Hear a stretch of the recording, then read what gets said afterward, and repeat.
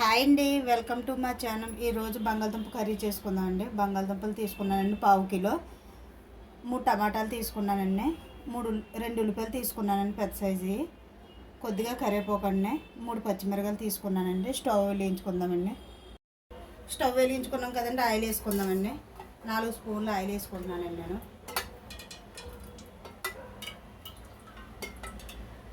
4 స్పూన్లు ఆయిల్ వేసుకున్నానండి.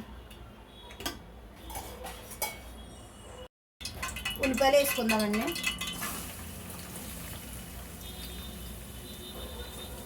ఉల్లిపాయలు, పచ్చిమిరపకాయలు, కరివేపాకు కూడా వేసుకుంటున్నానండి.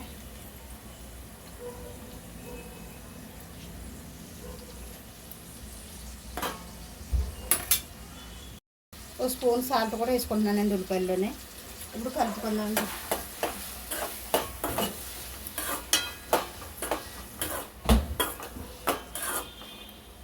కలుపుకున్నాం కదండి, మూత వేసుకుందామండి. ఉల్లిపాయలు ఉడికిదాకానే, మగ్గిదాకానే ఒకసారి మూత తీసుకుందామండి. ఉల్లిపాయలు అయితే వేగిపోయింది. టమాటాలు వేసుకుందామండి.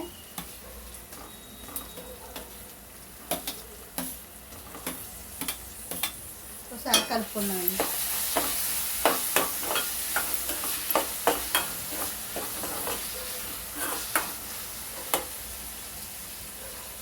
మూత పెట్టుకుందామండి టమాటాలు మగ్గిదాకానే. ఒకసారి మూత తీసుకుందామండి. ఒకసారి కలుపుకుందామండి.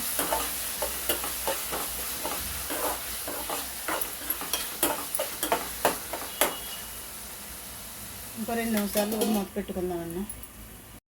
ఇప్పుడు మూత తీసుకుందామండి. ఉల్లిపాయలు టమాటాలు మగ్గిపోయి కదండి, ఇప్పుడు బంగాళదుంపలు వేసుకుందాం.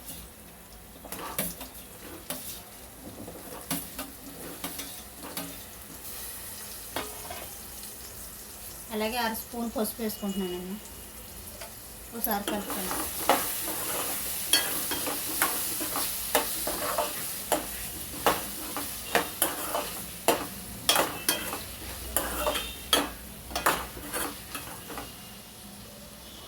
మూత పెట్టుకుందామండి. ఇప్పుడు మూత తీసుకుందామండి. బంగాళదుంపలు మగ్గిపోయి కదండి, 1 స్పూన్ కారం వేసుకుంటున్నానండి. కలుపుకుందామండి.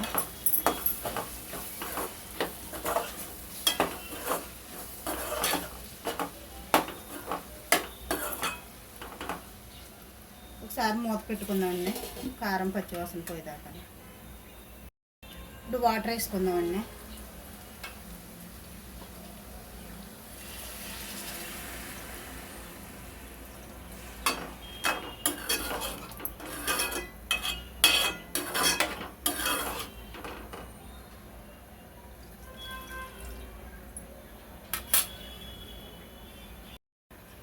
ఈ గ్లాస్తో గ్లాస్ నీళ్ళు వేసుకున్నానండి.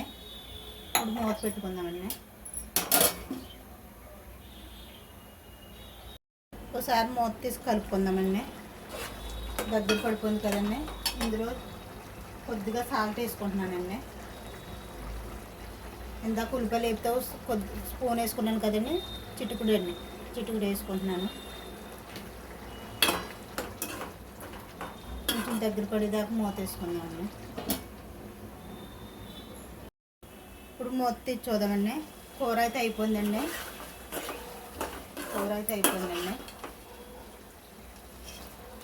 స్టవ్ ఆపేసుకుందామండి.